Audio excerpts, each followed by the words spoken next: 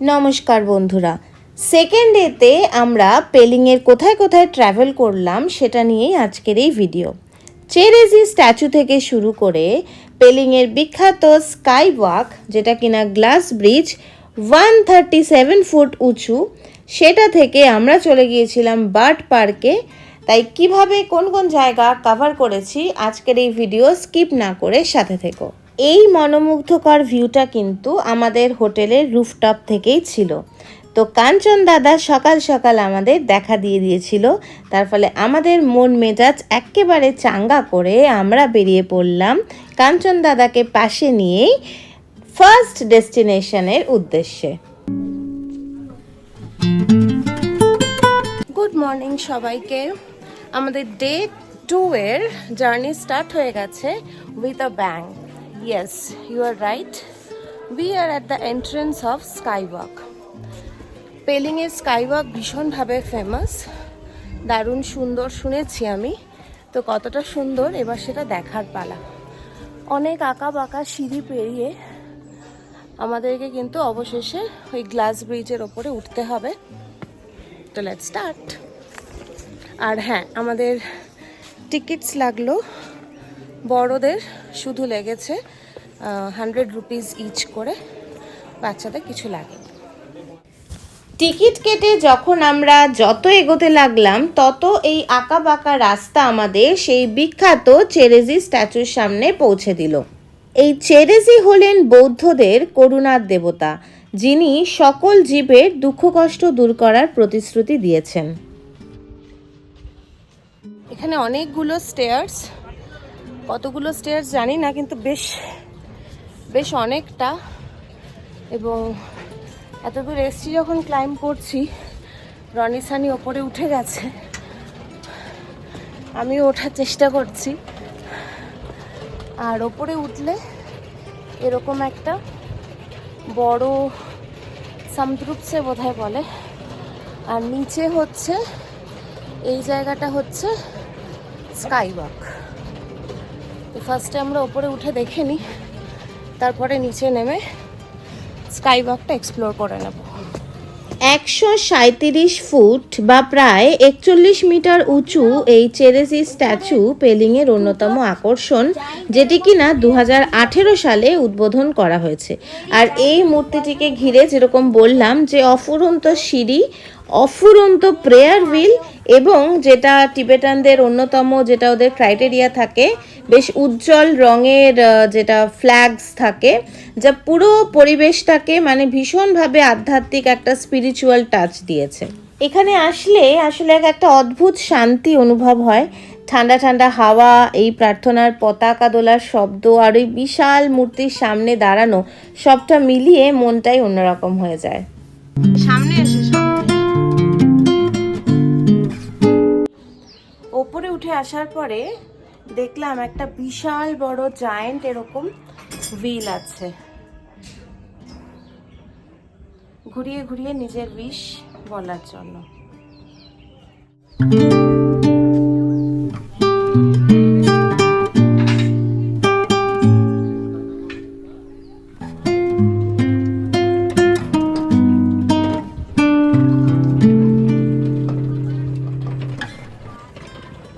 তো এই চেরেজি স্ট্যাচু খুব ভালো করে দেখার পরে এবার আমরা স্কাইওয়াকে হাঁটার জন্য প্রস্তুতি নিলাম।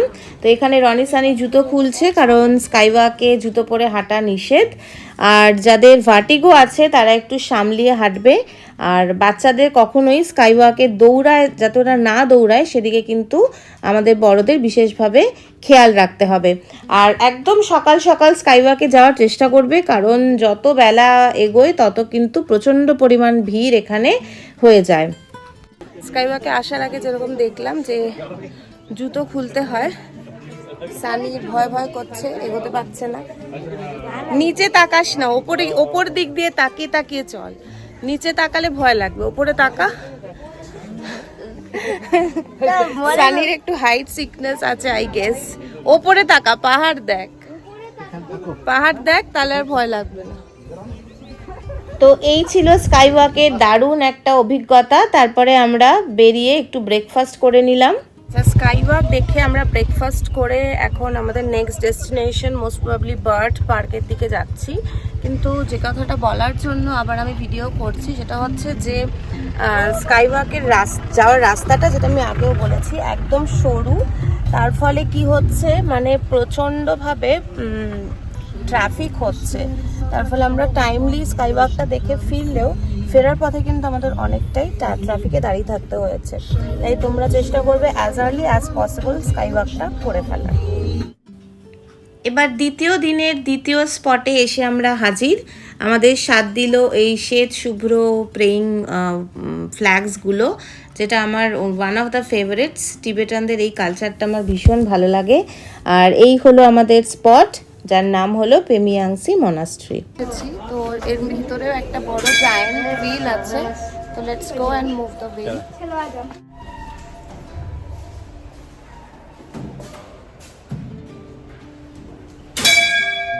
পুরোটা হুইলটা রোটেট করে উইশ ফুলফিলমেন্টের জন্য উপরে টং টং করে উইশ গ্র্যান্টের মতন ঘন্টা বাজছে।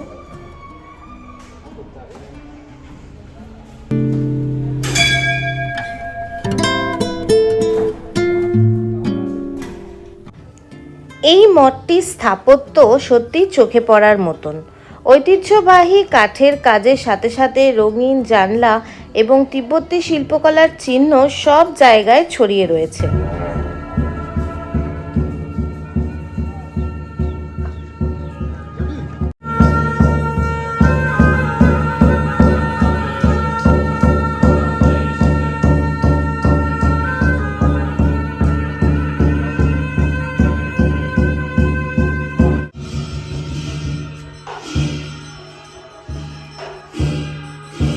এখানকার নীরবতা, সন্ন্যাসীদের প্রার্থনার সুর আর চারপাশে উঠতে থাকা এই সমস্ত প্রার্থনা পতাকা সব মিলিয়ে অসাধারণ এক আধ্যাত্মিক অনুভূতি পাওয়া যাচ্ছিল।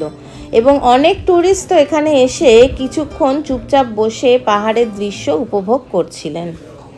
তো এই ছিল সিকিমের পবিত্র আর মনোমুগ্ধকর পেমিয়াংসি মঠের এক ঝলক।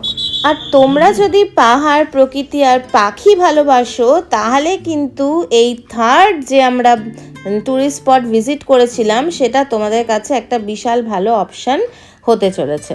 2015 সালে গঠিত হয় এই সিটকিয়ং বার্ড স্যাংচুয়ারি, যেটা মূলত স্থানীয় পাখি এবং বেশ কিছু মাইগ্রেটারি পাখিদের আশ্রয়স্থল হিসেবে গঠন করা হয়েছিল।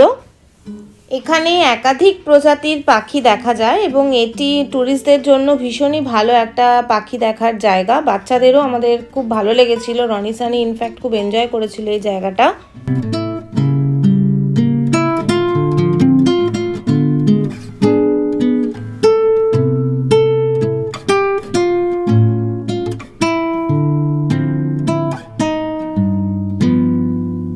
আমরা এখন আছি বার্ড পার্কে। তো আমারই ভয় লাগছে, চেনগুলো ভারী আছে। আমি একবার গেছি, অনেক ভারী। তুমি আসো বাবা, বডি টাচ করা, তাই না? অনেক ভারী না? অনেকই বেশি ভারী। অনেক ভারী কেন বলতো? কেন? যাতে পাখিরা বাইরে না যেতে উড়ে না যেতে পারে। এটা তো একটা কেজ, অনেক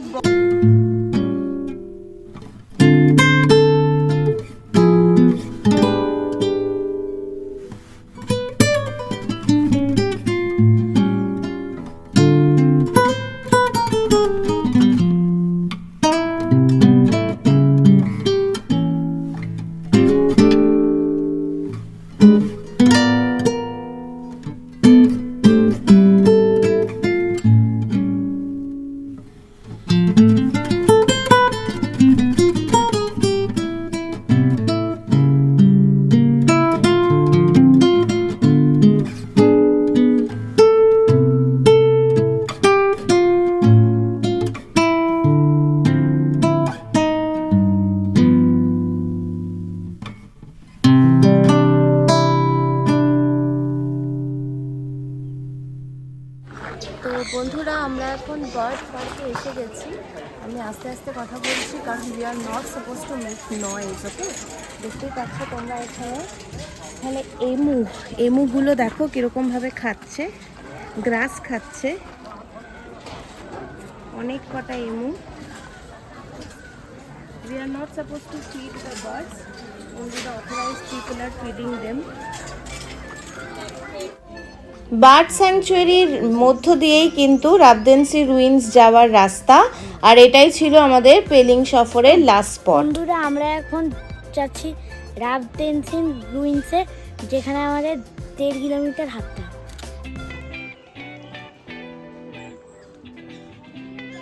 আঁকা বাঁকা রাস্তা দিয়ে একদমই জঙ্গলের মধ্য দিয়ে এসে উপস্থিত হয়েছি। বার্ড পার্কে বহু লোকের ভিড়, কিন্তু এই রাবদেন্সি রুইন্সে কিন্তু কেউ আসেনি। যাওয়ার খুব একটা ইচ্ছে কারোর দেখছি না, কিন্তু তাও আমরা যে ঠিক রাস্তায় এসছি। এতক্ষণ পরে একটা বোর্ড আমরা দেখতে পাচ্ছি যেখানে লেখা keep up the spirit, the day is years. আমাদেরকে ইন্সপায়ার করার জন্য বোধহয় এরকম লেখা আছে। তো যাই হোক, ঠিক রাস্তায় এসছি যখন, আর বলছে যে আরও 450 মিটার যেতে হবে। Let's go.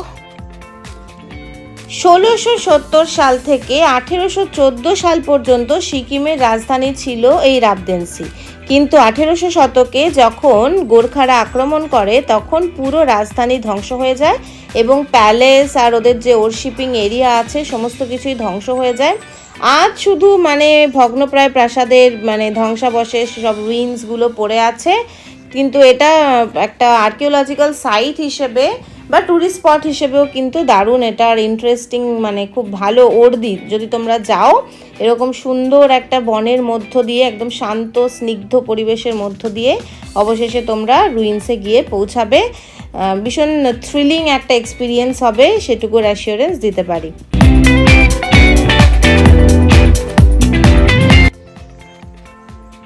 Yes, indeed we are fatigued and still we have to go 100 meters more. So there is no scope to be fatigued.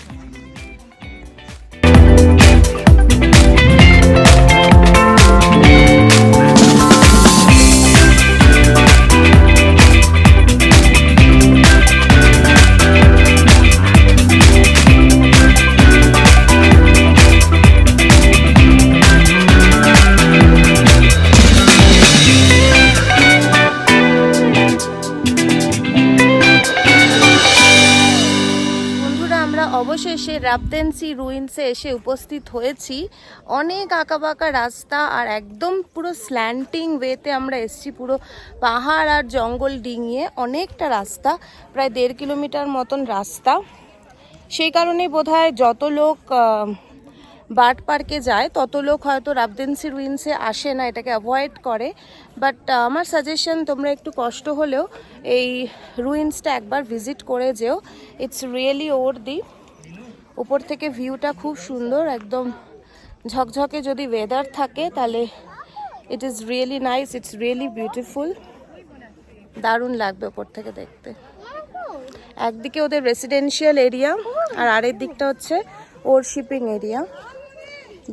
দুটো পার্ট আছে, দুটো পার্টে ডিভাইডেড পুরো এন্টায়ার রুইন্সটা। একদিকটা রেসিডেন্সিয়াল, এদিকটা worshipping area, and this is the residential area. তো তোমরা অতি অবশ্যই ঘুরে যাও। আর এতক্ষণ পর্যন্ত যারা যারা আমার দিনলিপির সাথে আছো, যারা যারা নতুন, তাদেরকে রিকোয়েস্ট করব অতি অবশ্যই সাবস্ক্রাইব করে বেল বাটনটা অন করে দিও। আর ভিডিও যদি ভালো লেগে থাকে তাহলে অতি অবশ্যই লাইক, কমেন্ট আর শেয়ার করতে ভুলো না।